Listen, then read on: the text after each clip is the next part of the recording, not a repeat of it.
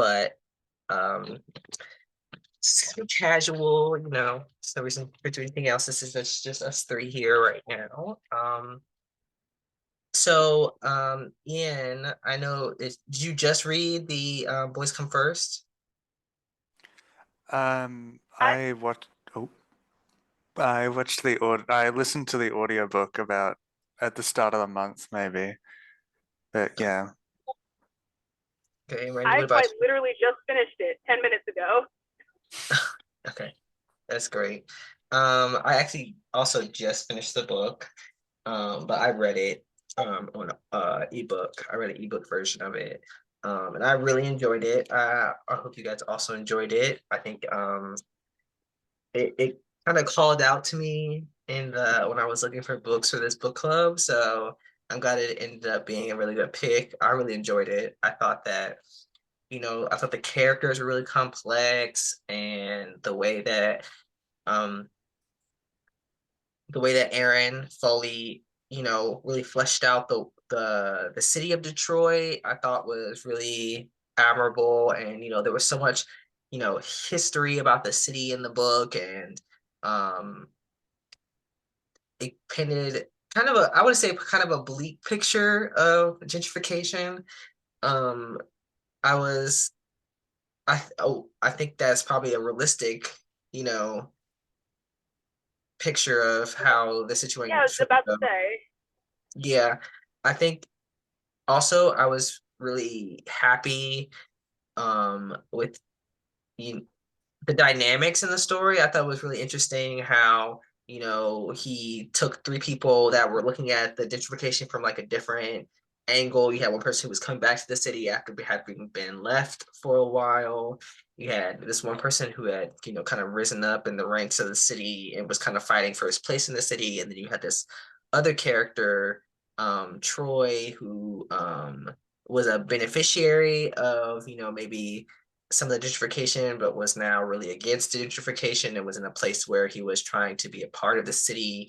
And the gentrification was affecting him now negatively.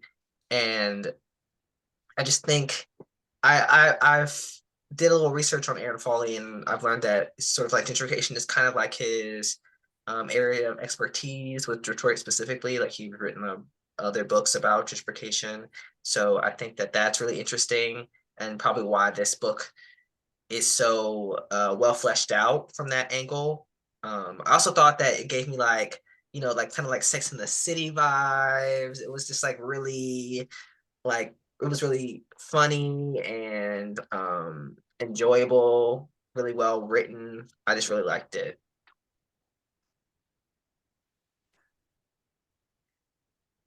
I Yeah, I liked it thought it. too. Like, Oh, I don't usually like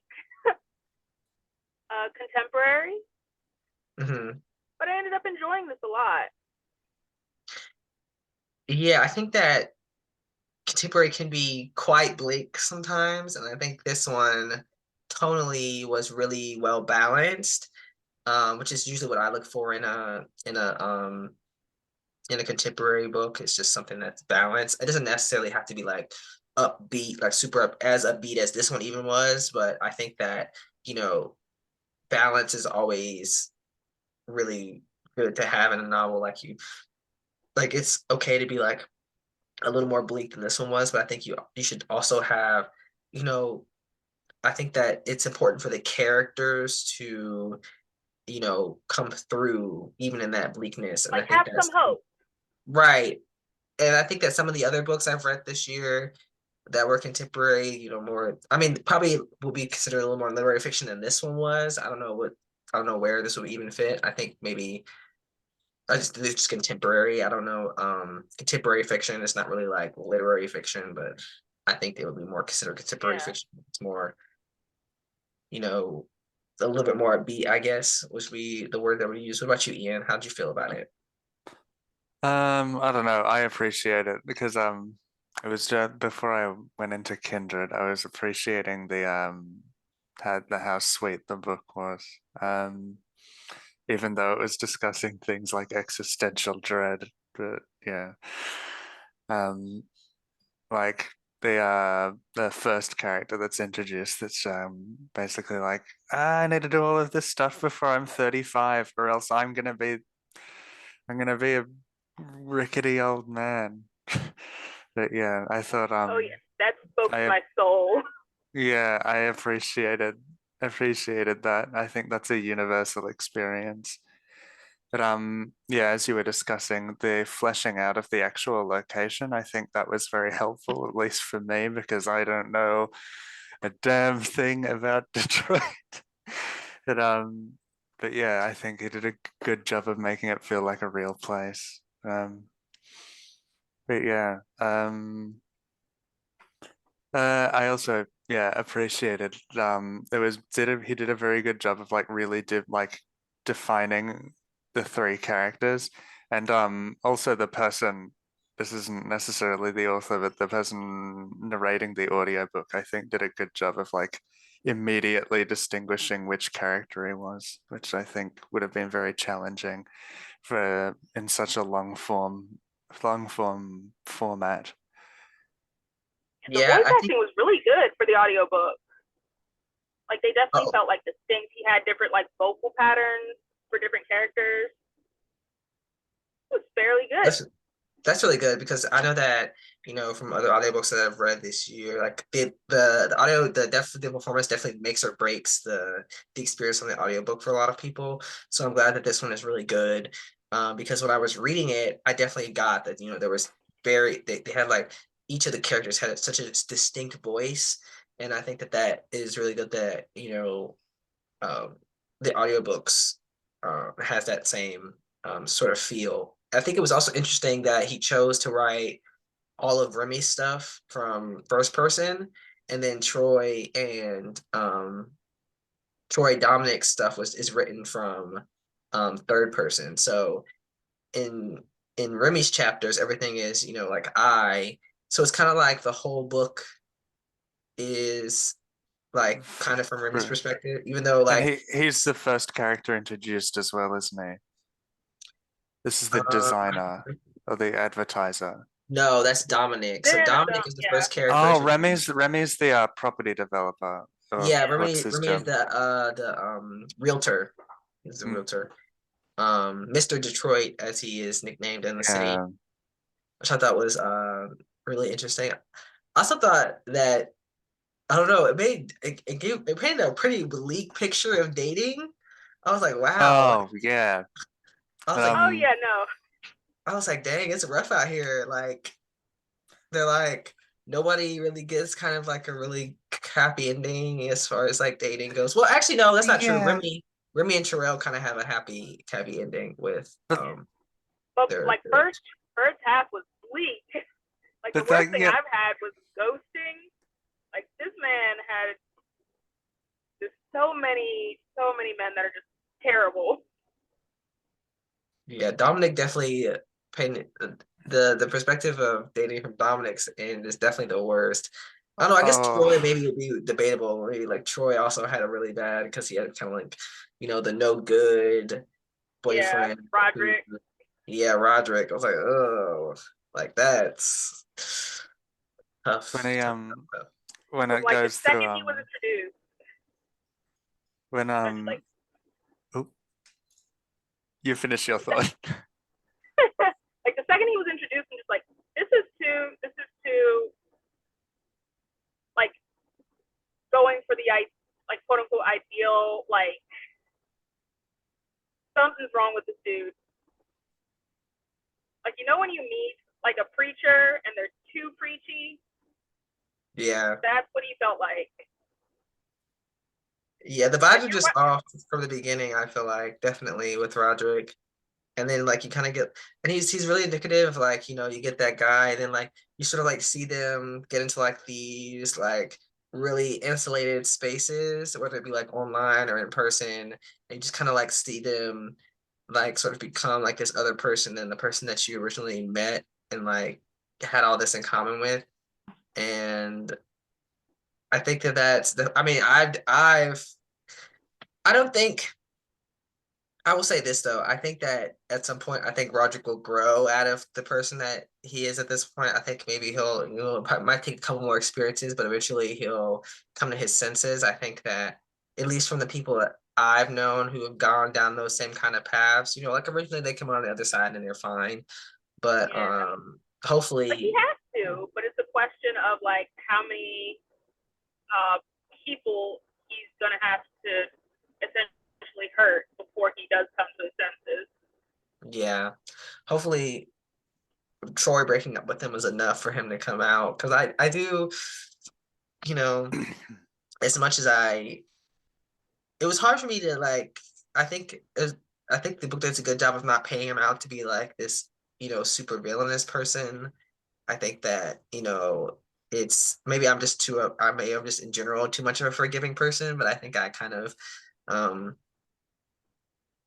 came out and it was like, oh, like I kind of hope he's okay, even though he did do some pretty like messed up things in the book, but and his worldview is definitely pretty twisted based off of like some of the interactions he has with other characters within the book. So, but then again, like so many other characters in this. I think the only, and then like the way that there's like kind of like not this super neat, bow at the end of the story with the situation around Remy and the way he has with like the developer storyline, and it's like, dang, that like really sucks that like I don't know. I kind of feel like he has like I definitely want like a I would definitely love like a sequel, like if this like became like a series, because I think there's definitely like so much more story we could get. Like it becomes like this was like season one, like a really good season one, and I need like the next Oh season. yeah, yeah. Definitely. Like they mentioned Noah's Ark at the very beginning of the book, and this definitely feels like a not spiritual successor, but like if it was a TV show, I could see like the comparison being made, I guess. Yeah, it definitely gave me like Sex in the City, Noah's Ark, like what are some other things I got from it? Oh, Tales from the City. I don't know if you guys ever read that book or watched that show on Netflix. But it definitely has like that, 30 somethings making their way through a city trying to, make something of their lives, but they're, not as, conventionally in the picture as maybe some other people would be. So Yeah. I think that was just super refreshing. It was so fun to read. The perspective was really good. But Ian, you were saying something, you were gonna say something. Uh, it was when we were talking about the dating thing and just thinking about Dominic's like nightmare hookups being depicted. There's like one guy's like, "Oh, don't worry, I'm not your teacher anymore," and it's just like, you do not get to decide whether this is creepy for me or not. But yeah, Yeah, it's just, mm, that was definitely like nice. I mean, I've had it happen before where you see like you graduate and then you see like one of your like younger teachers, you see them on like an app or something, and you're like, oh wow. And it mm, was also my Spanish teacher. It's funny enough. I had a he was like I think he was like a couple years out of college, and once I graduated high school, I think it was like a summer or two after I had graduated. I was in the area and I was looking on the app, and then like there he was, and I was like, wow, that's crazy. Which is yeah, like, and Like it's a realization like your teachers are people too. But also like yeah, you never needed to have this realization ever. yeah, certainly yeah, they not definitely in didn't that get it definitely didn't fashion. get as far as the situation with Dominic got before I realized. So at least I have that to at least I have that to be thankful for. They Yeah. didn't do it because Dominic he didn't realize until he had done the deed, so he has to like and then so he's just like feeling clean and it's like but Mm. And then when he goes to that club and it's just like haunted by all of the ghosts of hookup past, and it's like everyone, every he's basically dated everyone in the whole pool, and it's just like, oh, that's the end. That's the you've already hit up everyone. So this is what you've got. I think that was very harrowing, and yeah, that's Also have had something similar like that happen to me, where I hmm, think you get when you're in the city and you're like it's only so much of a radius, and if everybody's dating within that radius, you get to a party and a couple night you're like, oh, I know him, oh, I also know him and him. So, hmm. and I'm sure a lot of people can relate to that experience, especially um if you've been dating and I mean, it's kind of crazy that it happened that fast that he had known Hmm. that many people in the city, but that kind of just shows you how, quickly, Uh, he was moving through, it I guess. wasn't it wasn't super clear what the time scale the book sort of occurred over, was it? Like I think a season, was it a Well, I don't year? know. I don't know if it's a lot clearer in the physical book because the books are sectioned off by season. So it takes Yeah. place over like 1 year and Mm, each part of Yeah, the book one is a year. season. So yeah. but the Mm. time does move really fast within the book, like chapter to chapter. So it is kind of hard to figure out how long has it been since something between one thing and another. Um, yeah, I think that is one thing that is a little, wary about the book. It is a little, I mean, but in the same way that I think sometimes it's hard to tell how long it's been since some things have happened in like TV shows. You're like, the timeline in a lot of things is very messy when you're writing. So unless you like are explicitly stating, this thing happened at the because like you get to like the point where Jonathan go where uh where what's his name? Dang. Dominic goes back to New York and you're like, wait, how long has it been? And you haven't gotten all your and you still have your stuff at this old apartment.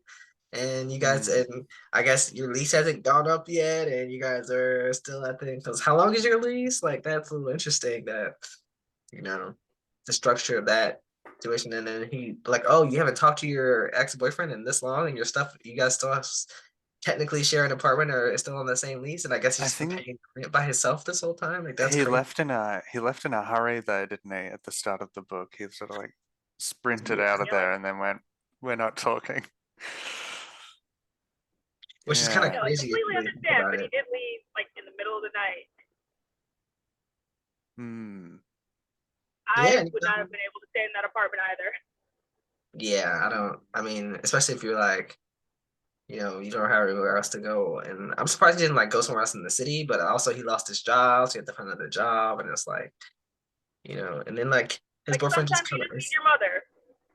yeah, and it's crazy that his ex-boyfriend just like was like, yeah, so you're gonna come back and I got your old job back and everything's gonna stop and you just go to your old life back and you're gonna go right back into your old life and then we're gonna go to this wedding for my friends who are your Yeah. friends because I just can't imagine that happening.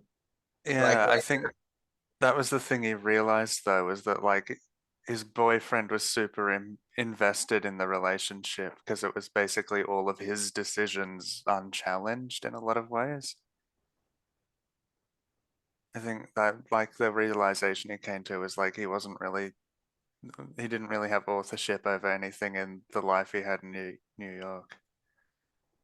yeah, and I think that's something we don't really get to see a lot Mm, in for like a queer relationship. It's like, these realistic portrayals of how, a relationship could, you know, come to it reminded me of like Looking in that way. I don't know if you've ever seen that either, but that's a show that was on HBO. I'm kind of a queer encyclopedia in that way. I've combed through probably everything that even has even whispers the word gay at any point in time. So I actually I need to watch that reminds me. There's like a bunch of stuff I probably need to watch that I haven't watched. I just think it was so interesting that, you know, um we see like these. 30 something people like at the same stage in their life, but they're all going through like kind of different things. And in some ways, Troy's going through the same thing now that Dominic was going through, but it took Dominic, I think he said like 8 years. He was in a relationship or something like that to get to that point. And you kind of like looking at Troy's situation, you're like, wow, it's taken him only not even a year to get there. And he like his relationship was right from the start. It was built on you know shaky sands of trust from the beginning, where they're asking each other where they've been, and yet they're living together. And it's kind of like, wow, like this is kind of crazy. But you hear that a lot, where it's like people say they gay people, just they'll blink and then they'll move in together. Like that's also interesting. So Another thing about the book is that I appreciated nothing like the different stage of their life. Like it never feels like the author's even remotely implying like this is like this person is behind or this person is really ahead. Like they're all at different stages of their lives, but none of it feels like the author has a particular like it's saying anything particular about anyone being behind or anything. Like everyone's just living life. yeah, it's kind Even of though the interesting. characters themselves are like, we're behind, we're behind, we're behind. The author himself isn't implying that. Yeah, I think that the author does a really good job of, like Aaron Foley does a really good job of, taking these people and letting them go through their experiences.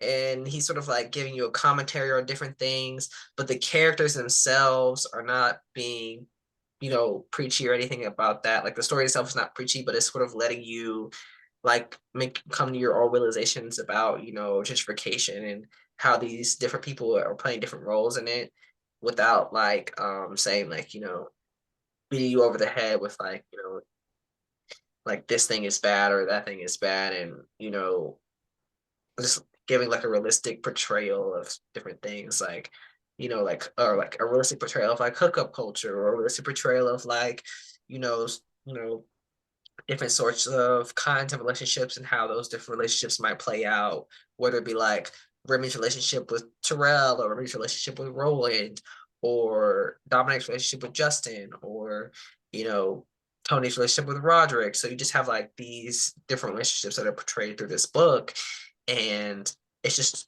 a realistic portrayal of those relationships without like anything becoming like, oh, like this is the one way that you have to like live and have a be a prosperous gay life, I guess.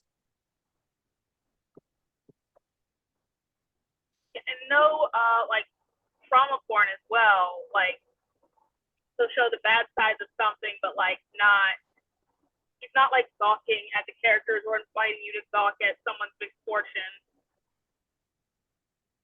Right. There's no like, overt portrayals of like crime, or like any like no like random police brutality, or like random, gay bashing in this, which I really appreciated. There was like some like content warnings about like, sexual assault, within, and like I think like towards like the later half of the book, there's a portrayal of sexual assault. So that was one thing that I thought was an interesting thing to include. I think that it definitely fleshed out, maybe some of for me's past trauma and different things, but it never like it never felt like he was putting trauma in just to have trauma. You know what I mean? Yeah, yeah. It's just like, you have these characters who keep alluding to like, everything we've been through and all this stuff we've been through, and you're like, okay, I wonder what that's about. And then they finally get the story, and it's like, wow, that's harrowing that, these two characters have gone through that thing together, where, Tony is, basically, saved Remy's life, and that's kind of the basis of their friendship. And you think, wow, that they I don't know, it is kind of messed up a little bit, that, how Remy, acts in the book, when it comes to like the story doesn't villainize him in itself, but it does show you that kind of like he is doing maybe not so good things when it comes to his relationship um with Troy, and how he's sort of like taking that relationship for granted when it comes to, his pursuit of his business. Yeah. Which Like is always he said something earlier. Mhm. go ahead. Like he said something earlier or thinks something is like, I just need to get mine and then I'm gonna start helping. And like that was from like the minute he thought that or said that, I was just like, okay, I know, no, you're not, or you're going to have to, like, you're already on a precipice. And I knew he was just gonna get pulled further and further into this. These deals that he should not let himself be pulled into or shouldn't be pulled into. Yeah, because like you get to that point where like you just keep getting and getting and getting, and it's never enough. And you never get to the point where you start, putting your community first, or putting um your your own interest first. It's just like you're like, oh, I have to put, well, I guess you are putting your own interest first, but it's not the interest Yeah. of like your people, or the people that you're supposed to care about, or like the community that you say you care about, because you know they're him and Remy and Dominic and Troy are always, harping on like they care about this community and making sure that it stays that way. But then all the while, Remy is, undermining that by, you know, being a personal proponent of gentrification. And so it's like, on one hand, he's like complaining about it, but on the other hand, he's part of the problem. And I think that that Yeah. is really indicative of a lot of people. And I think that it's important that it's a great thing that that was shown here, to the point where like, it can be shown and looked at like, that like, this is something that we all have to be cognizant of, the part that we're playing in this. Yeah. It encourages you to look at like your own actions. Like you may think these are your values, but are you modeling that in your life? And what do you want to do if the answer is no? Yeah. And I think that, you know, Remy, towards the end, he kind of gets there. I don't know if he really I don't know if he gets there all the way ever, but there definitely is a point in the book where he does kind of see the error of his ways. I don't know if maybe I guess maybe Like it's he like a backs little out of the deal realistic at the about. very, very last chapter. This is Yeah, that's like, Troy, isn't it? No, huh? this We're is talking about Remy. Remy, yeah. Yeah, where Remy like he like the whole book, you're like, okay, at some point surely he's gonna stop doing this. He's gonna Yeah, realize that this I is kind just of like. I just remember thinking, he needs a good jab in the ribs, this guy, especially after he sold the school out and was like trying to gaslight his friend a little bit. Yes, and Um then his friend and like knew that he was lying about it, and he was like, "What are you so mad about?" Oh, maybe the fact that you lied to me, and didn't tell me that you were like directly going against me and you knew from the beginning, like he knew he made the assertion even with the people that he was talking business with, that his friend was working at the school that he was trying to sell, from like the very beginning of from like the very beginning. So it's like he knew from the very beginning that he was, putting his friend at risk and putting his community at risk, but like he was so hell-bent on, his own bootstrap narrative, that he was, sacrificing everyone else. And I don't know, I was kind of like, I thought that, the way things played on the end was really interesting. I thought that it was interesting that, how, Troy decides what he decides to do with his father's company after, his father dies, and how, all that plays a role in, I'm sure will play a role in their, because like his friend, I don't know I'm not the biggest proponent of even what like a printing company is, so I don't really know what, I don't even have like and I didn't look it up, so I don't really have like the biggest grasp on like what his father even did. But it seems like maybe, I mean, like, because his friend's actual job title is a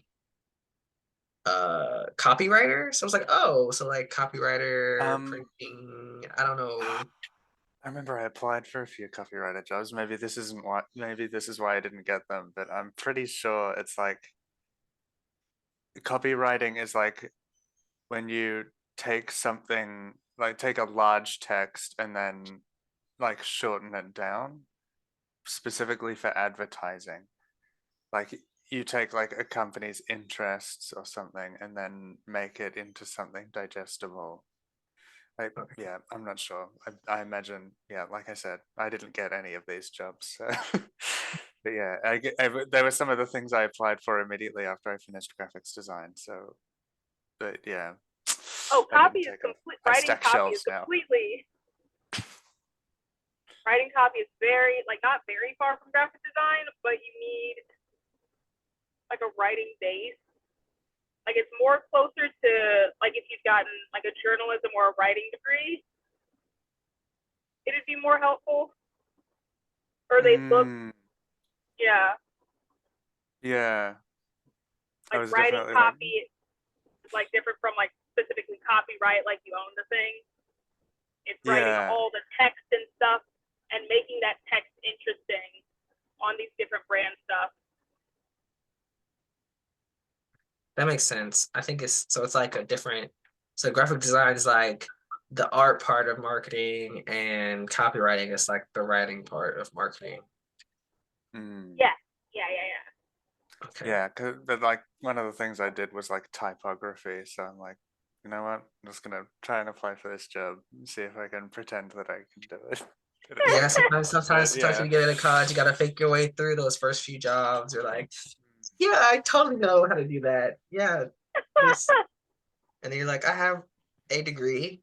It is kind Like, I've of gotten to simple. the, like, with a sufficiently fired cover letter, I've gotten a couple of interviews, but like it became very apparent right away that I had no idea what I was doing. Yeah, they start asking those interview questions, and you're like, yeah.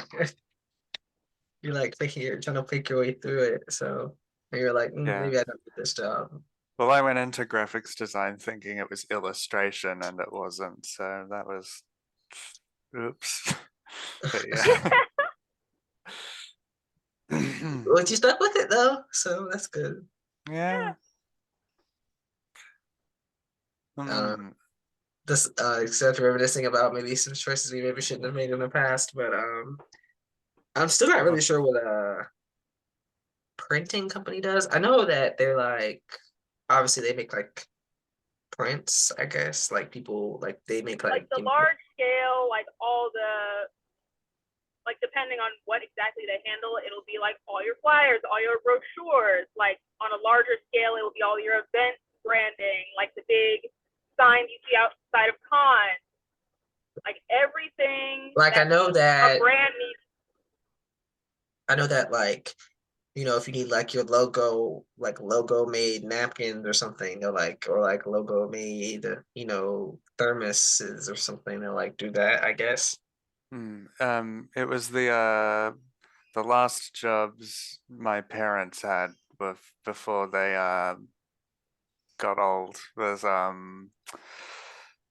they both owned like a small printing franchise, and I think it's like companies will come like a company will come to them to have a thing they've already made like put to paper basically, and it'll be like unorthodox things, like they want like a post-it note with like their logo on it, like personalized stationery, I think was one of the bigger things they did. But yeah. Yeah. So But I thought that I that don't think that would involve copywriting, so maybe it was a little bit bigger, the thing in the book they were describing.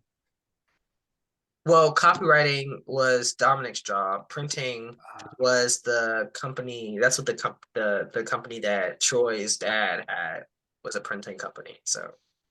Not fresh in my mind. But So I was like thinking of like, you know, it's like Troy needed a. I was like, Dominic needs a job. Troy's dad owns a printing company, so it could be like, but it's different, I guess, than I realized. More different than I realized, I guess.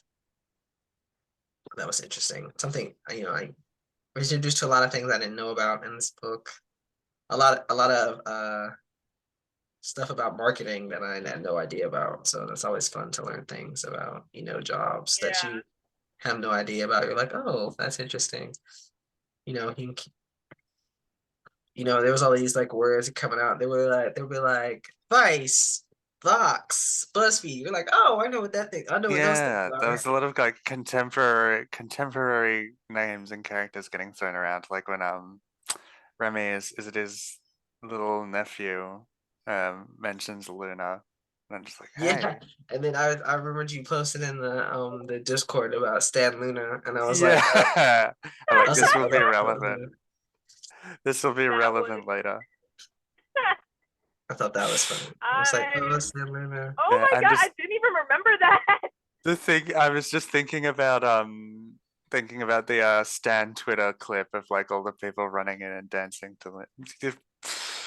I have brain rot. I'm on the internet too much, but yeah. But I thought that was interesting. I How was do you think I because I found the remember I made some Discord? notes about it. How like I when I realized that the part where I realized that um look at my highlights. Let me see. The part where I realized where like his son, Nick, his nephew was probably queer is when like he was nice to yeah, we said, do you know this group? It's called Luna. I love the choreo in this video. I was like, oh, he's one of us. I know what you I was like, dog meme, I know what you are. Like when a kid is talking about choreography, I'm like, oh, well, there you go. That's always step one.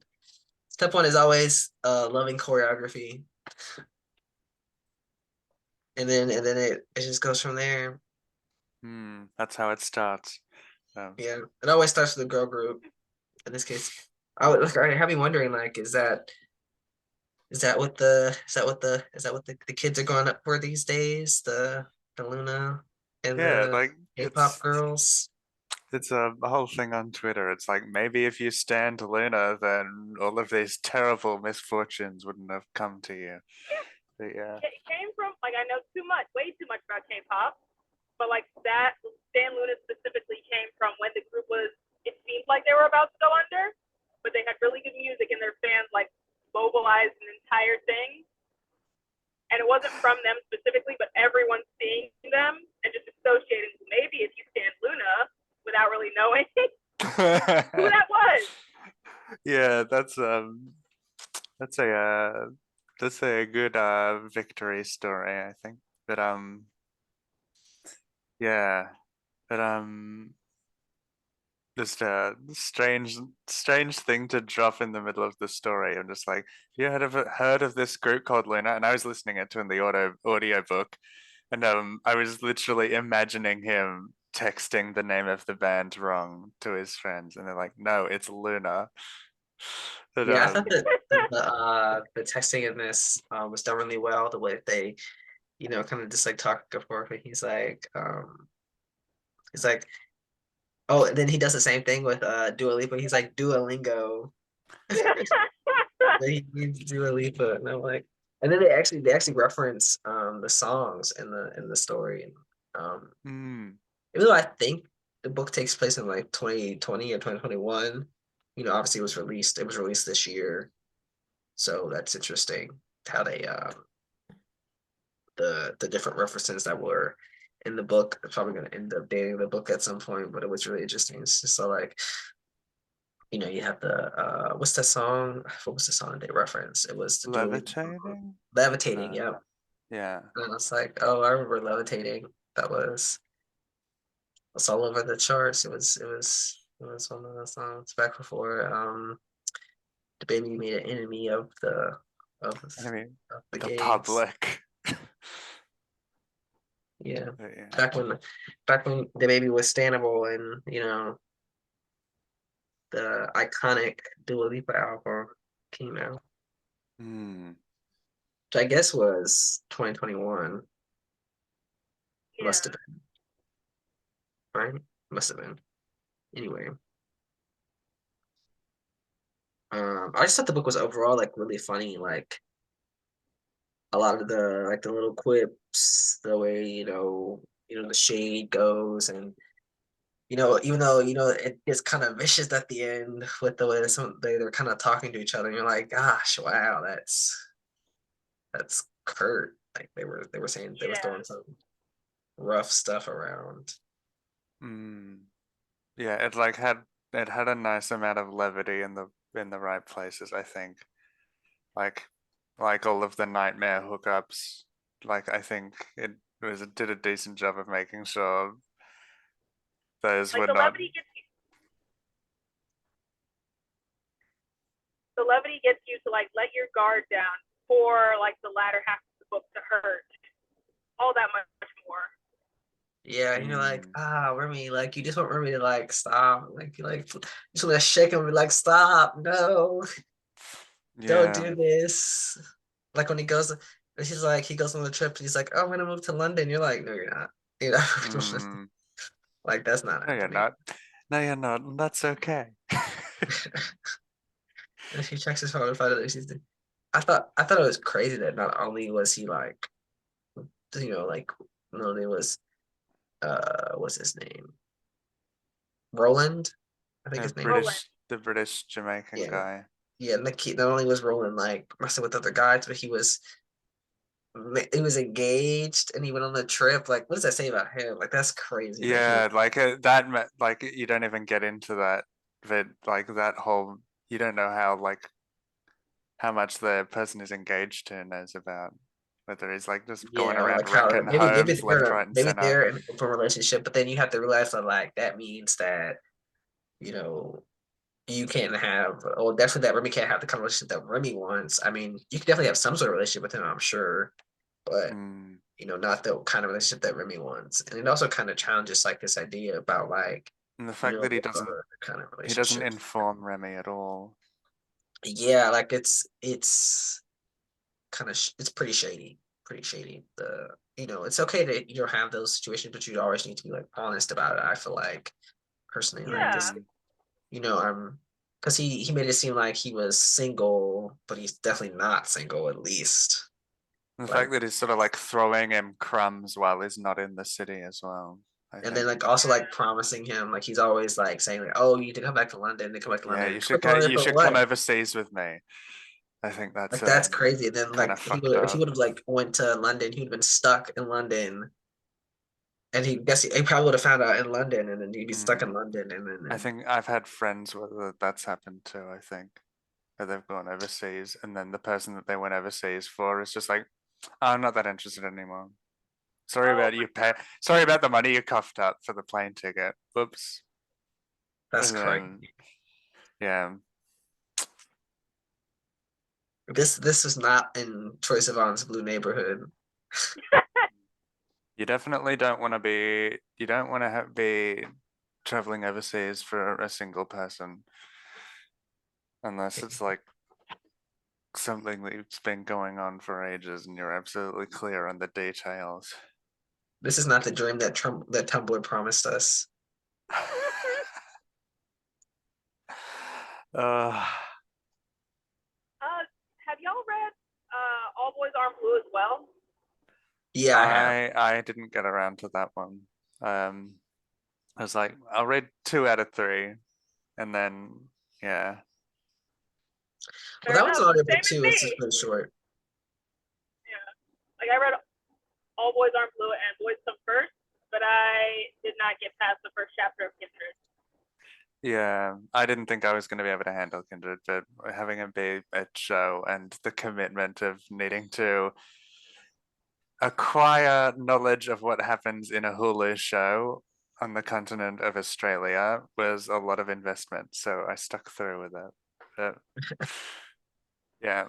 I think my problem was like I was also reading another book that also like takes place like in a similar time period in the past. Hmm.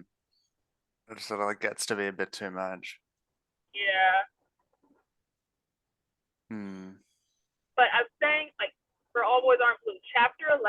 reminded me of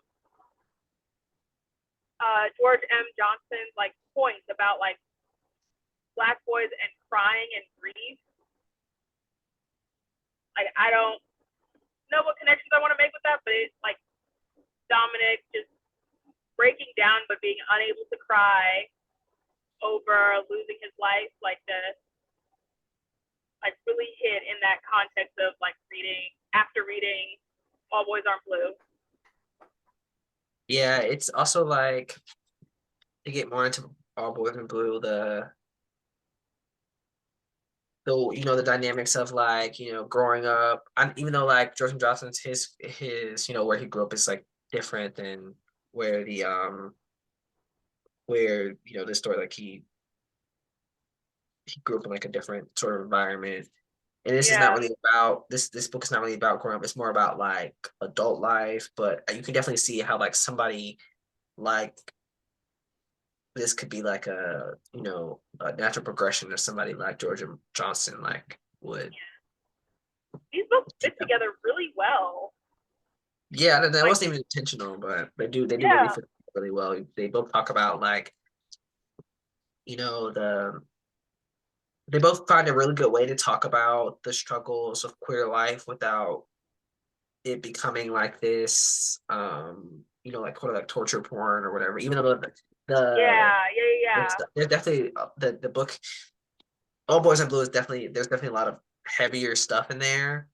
But they're definitely, he definitely does come out. They have very similar tones, and you come out really different. And I think that uh All Boys in Blue is definitely written for like a younger audience. Definitely, this book is definitely explicit at times. Was composed, but in like a good way, I think, in a very Noah's Ark, Sex in the City type way. I have a feeling I'm gonna need to watch Noah's Ark to understand a lot of conversations in this book club. Yeah, I mean, if you did, naturally, I haven't watched that show. I think that one is actually. I think you you'd have an easier time finding that one to watch. Yeah. What's the like production company? I don't really know. It's just when I Google it, I get the biblical story, obviously. But... Oh no! Let me see if I can find it. Oh, else. Or I cannot. I was just typing like Noah's Is it a film? No, I would just type in Noah's Ark show. It's on Logo. Okay, Logo. Yeah, I don't know if we have. It's on Apple TV, which I assume is in Australia. When did this come out? 2005. Okay. 2005. Oh. That's like around when, at that time I would have been watching like Charmed. Charmed was a good show. It was a bit all over the place. Watching some retrospectives, and I'm like, this show is really problematic. It was my mess and a lot of other people's mess. So. I feel that way about Once Upon a Time. I hear, the reviews of that. They're like, the first season's all right. The rest of it's sort of like, you get a lot of these like urban fantasy shows that like go on for ages and then just sort of like meander around after the first few seasons. And it's like, let's introduce aliens and vampires. And they're all hot. All you need to know about Once Upon a Time is that Little Bo Peep was a warlord at one point. Like, this is what I'm talking about. Like, the story just sort of goes all over the place. But yeah, anyway, it looks like it's on Apple TV, which is something I do have access to.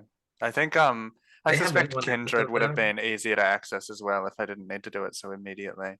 And I also could have just gotten the audiobook like a normal person. But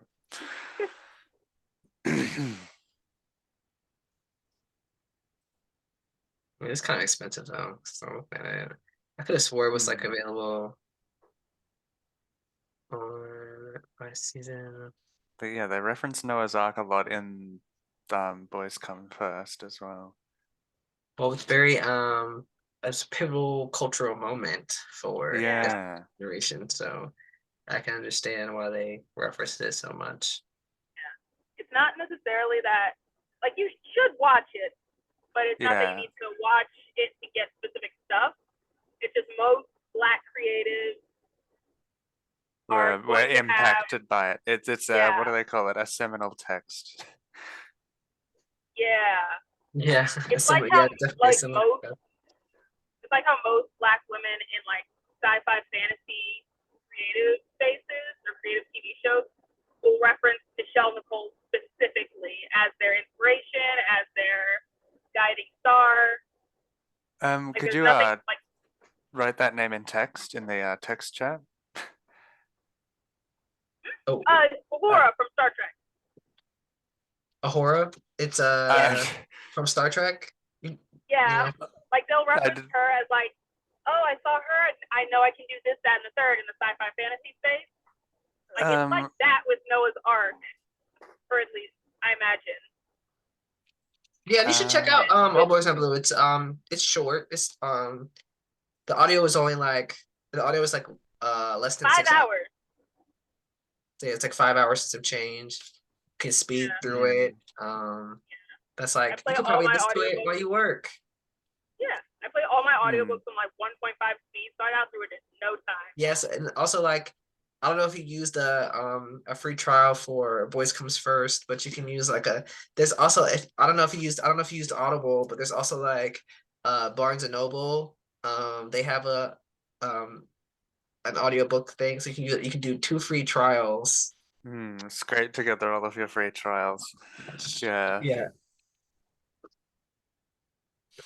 Even I was like, I need to, you know, get some other ways to, you know, I understand the plight of needing to find ways to get this content. So, we've all been there Yeah. um, in our search for queer art. Um, but I guess you could just Randy, if you want to talk more about All Boys on Blue, how did you um feel about it? I actually loved it. Like, it was a bit hard to, like, not wrap my head around, but like kind of get into. Like, once I switched like my brain into like, okay, this is a memoir for like young adults, and I Yeah, loved it. It was touching. It was like really smartly written. It was like really poignant in the way that it ended on like basically a death, a funeral, but leading into this new life. I absolutely loved it. yeah, I think it is kind of like harrowing to like get something so emotional from this perspective. I think that a lot of times you know queer people of color feel like they have to like gloss over their struggles to like because they want to focus so heavily on you know where they are now and where they are without they want to talk about they want to have like that bootstraps they want to quickly gloss over some of maybe the trauma that they've gone through in order to sort of cast a light Yeah, in like where they are now. But I think in the process of that we end up not ever talking about sort of like the shared trauma that a lot of people have. And I think there's also like something that Bell Hooks says, references in some of her books is this thing called the normal traumatization of boys, where the boys kind of go through this thing where, we definitely we grow up and we start out with like our own interests, and then, maybe everything we are into is not super masculine. And then we start getting And then even if our parents are open to letting us explore those parts of ourselves, we get into this environment with other kids where other kids sort of Yeah. sort of start forming these cliques, and they make us feel like we have to not be completely ourselves. And so like we go through life and we're constantly, trying to fit into this box of what masculinity is. And it's so suffocating. And then you have those boys who probably aren't even queer. They just don't have, they might not be as masculine as, you know, Yeah. they're supposed, quote unquote, masculine as they're supposed to be. And then they end up, and then in that traumatization, they end up lashing out at people who aren't willing to or can't conform to that strict form of what it means to be a boy or what a boy is supposed to act like. And that is where so much of our trauma is rooted into. And I think that you know a book like this is so important because it gives, like, it's so important that a book like this could be in schools because because kids can read this and they can have something to it's important. I think that it is geared towards younger people. Like I think Yeah. it's sort of like in that kind of like YA bubble, that's sort of like you might get it at like a middle school or like a high school library, right? Yeah. And I Yeah. think Yeah. that is important because reading that, you can have an opportunity for kids to like see themselves in this story and know that they're not alone. And I think that that's why it's so sad that this book is specifically has been targeted by so many Yeah. groups to like keep it out of schools, which I think is really disappointing. Yeah. So Like, it's definitely needed. Like, I'm someone who thinks of myself as very compassionate, and I even found myself thinking, like, his first story about his smile, I'm just like, was all that, would that cause this much trauma?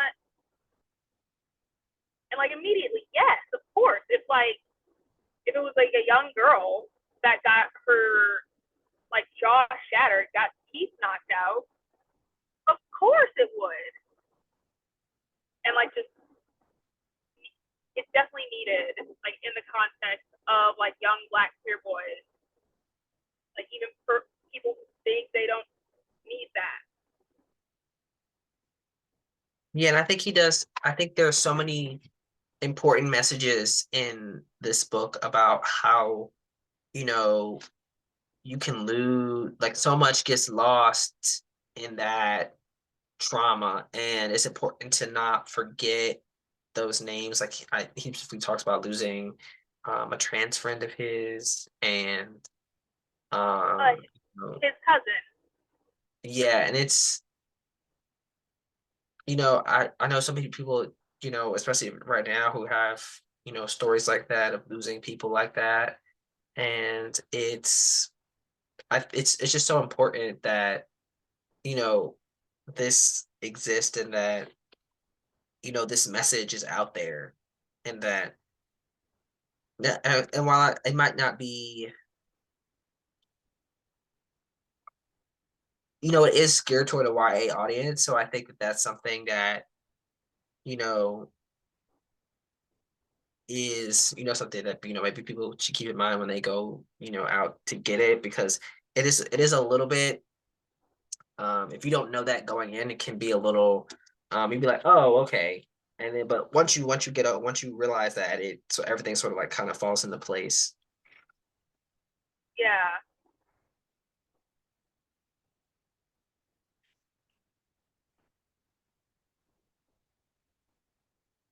I also like the emphasis on like a community, I guess, and like keeping your family and friends like in your circle, in your heart, like even like when you leave for completely different states or completely different countries, like having that core family around you is going to bolster you, is going to help you in ways you don't even know, and you help them in ways they don't even know. Right. Yeah, and I'm just glad that, there was the opportunity to read this and that, you know, that hopefully I think at some point it'll more people will, get to read it. I think that, hopefully it's doing well. I don't know what the current state of it is at different you know schools or whatever, but Yeah. Like, I know my library has like the audiobook copy as well as like a couple like book copies, but my library is also fairly like progressive, I guess. So it's not a good benchmark. yeah, I know my library is kind of progressive. It's not like, I mean, I would say it's kind of progressive. It's not like, I mean, it's in North Carolina. I live in North Carolina, so it's not like it's in the South, so it's not like the most insulated from pressure that it could be, but we're definitely in a more progressive area than, some of the other areas in North Carolina. So Yeah. there's a print copy of the book, but there wasn't an audio or ebook copy that was available. But I'm sure my library would have bought it if somebody would have requested it. They didn't have it. Nobody requested it yet, I guess. Yeah. But hopefully they have it at some of the schools. Hopefully, I hope. But then again, who knows if they would have even let it stay. So Yeah. like that school boards are here. And do you have any problems like that in Australia? Specifically what? Like books getting tossed out? Yeah, like Um, I don't think so. I think Australia overall is just a lot more secular than mm, like there's not as much of like a religious because like it's sort of like an irony, I think. Like America was really the whole thing was about separating church and state, but I think in America, I think there's a lot more there's a definitely like a cultural ghost of like the nuclear family and stuff like that that I just don't think was present in Australia. So I don't think anything gets thrown out super quick here. There's definitely like very conservative groups, but I can't. Maybe it's because I'm not really big in the literature world, but I can't think of like books getting labeled as controversial for something as mundane as having queer people exist in it. But yeah. I even saw on Twitter there was like I was like looking for different tweets about this book, and there was this one tweet I saw where this lady called this book, like, I don't remember what it was. It was like she called it like a gay she called it like a gay incest book. I Okay. was like I was like Interesting. Hello? that's That's I a was like really that's such a interesting perspective. that's like a such a that's like so far off of what the book even is about. But I was like, They're just what? throwing words together, I guess. I mean, it just Yeah. goes to show you how Seeing like what sticks. they can take anything and twist it, and then people will just believe it, even if it has nothing to do with the actual book, and then people will just repeat that, and that's Mm, how like so like these librarians are in like a really weird place where like they know that the book is not about that at all, but then like they can't mm. nobody believes them when they tell them that it's not because they've just heard so many lies about Yeah, it sort of like tells on itself when they use a word like that is like it's really about protecting the nuclear family as a political structure. And it. that's like the biggest threat queerness poses is to that basically. Like the nuclear family specifically, because like this book is so. My family is similar. We don't have a lot of queer people, but I'm certain, in the same way that George M. John is certain, that all of my family is behind me, supports me. We all love each other like this. And that makes me a lot safer than almost anyone else, like in a nuclear family that only has their parents and like maybe a sibling to rely on. Yeah, Mm,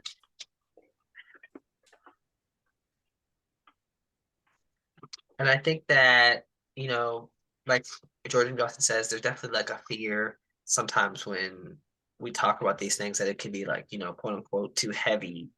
But I think that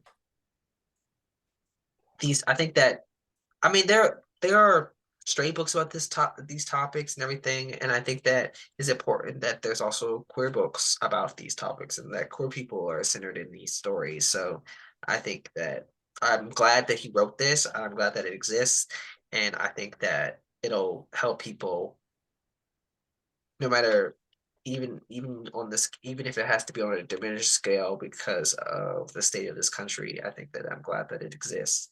Yeah. And Like most of the problems, like, or the things he's overcoming in the book are directly because he didn't have a resource like this growing up to turn to.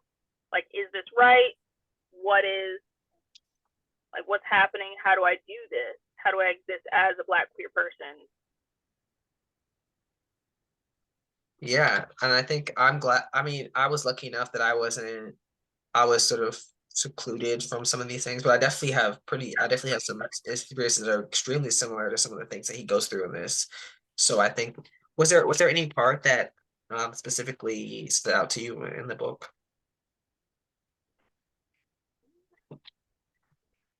Funnily enough, like the very last chapter, like I think I already said, like how poignant it was, like just ending on a death. And In the last actual chapter or like the afterward? the last actual chapter when his, sorry about spoilers, his fraternity brother dies and he Okay. has to go, yeah. And like showing how his community was around him, how even though like obviously a 22-year-old college student doesn't have it all figured out, and it doesn't feel like he has it all, he's saying he has it all figured out, it feels kind of like he's going to be okay, and kind of telling that young adult audience that you're going to be okay, like even if it feels like the world is ending, like you'll get through it, you have your family with you, like whether it's your actual family or the queer family you've built around you or both. Yeah, I think, and I also think that that's important for people to see that, like, you know, you can overcome these things and you can come out on the other side having been, um, and still be loved and still have community. And, I think that, overall, this book just means will end up meaning so much to people and will end up being a beacon of so many things that will come to pass in different people's lives. I think that I think that the whole like the whole last section of the book where he talks about his friends is really heralding. I also really like the um the teenage part. I don't what should I think. One that stood out to me. Yeah, the last part where he talks about his friends, the part about losing your virginity twice. Um, I think the teenage part where he's like the boys will be boys. We talk about like that, no, like that trauma of not feeling like you can be yourself. Um, those are all parts that really stood out to me as being profound. I think they really spoke to me. Um,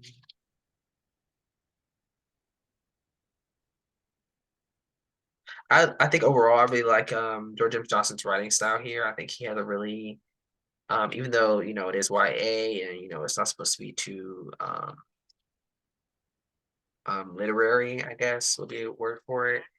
I think he does a good job of um, getting some really great prose in there, writing some really great sentences. I think that the writing is really great and the way that he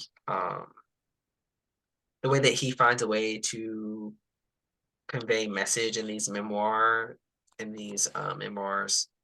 and it's easy to digest, I think, for a younger reader, but it's also he says a lot. He gets a lot said in those things, and I think that that's also important. So I'm glad that that is in there.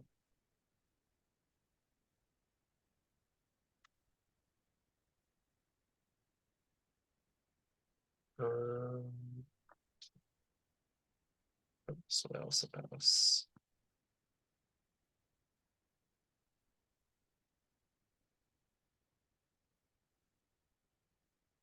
Um,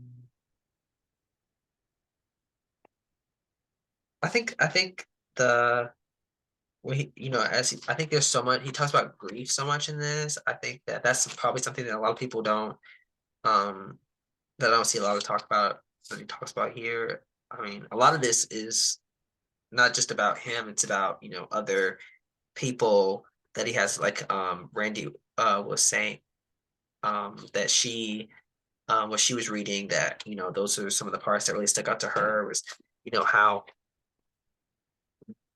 George's community really such a big part of his character. And I think that's something that doesn't get talked about a lot, is how, people lose people as they grow up, and, especially um not feeling like you have to hold the emotions you might feel about those, because I think a lot of people times people want to hold up this persona being strong, and I think it's important to, let those emotions out. Absolutely, yeah.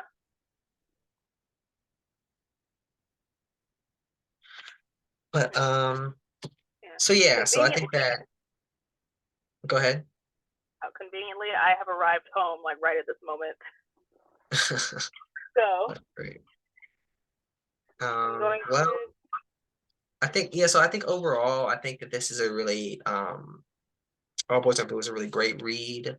I'm glad that we did read it. Hopefully, Ian, you'll be able to read it, or if you want to save that for the next time, um, if you do have another free trial, you want to save it for the next book we pick.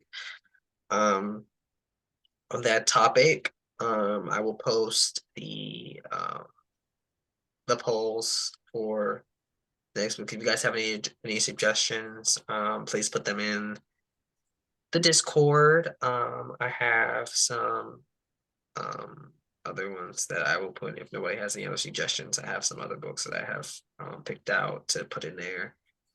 Um and then hopefully, it'll be easier to schedule the meeting next month, because, we won't have to deal with the holidays, so that'll be good. Mm-hmm. Um and then yeah, I think that's all. Thank you guys for coming out Of to course. it was a pleasure talking about this book with you guys. I had so much fun, especially when we were talking about Boys Come First, because we really loved that. Really loved All Boys Aren't Blue. So 2 hits out of the gate. Hopefully the next ones will be as big of hits as this was. Yeah. Mm. Thank you for hosting, Alan. Um, It was so a I know, I pleasure. understand it. It takes a lot to sort of like pull things together, and like also, yeah, this is a subscription service, isn't it? The Zoom meeting, but yeah. Yeah, I Do you mean, get it it's not through that's like not a a big deal. I university or already something? had yeah, I already had it, so thankfully, so but still don't lose it. But I don't really pay for it, so it's not a big deal. Yeah. But if I do, no big deal. It's not, I don't from what I've seen. I've worked with other people who had to pay for it. I don't think it's that big of a big deal on that either. But all right, let me stop the recording.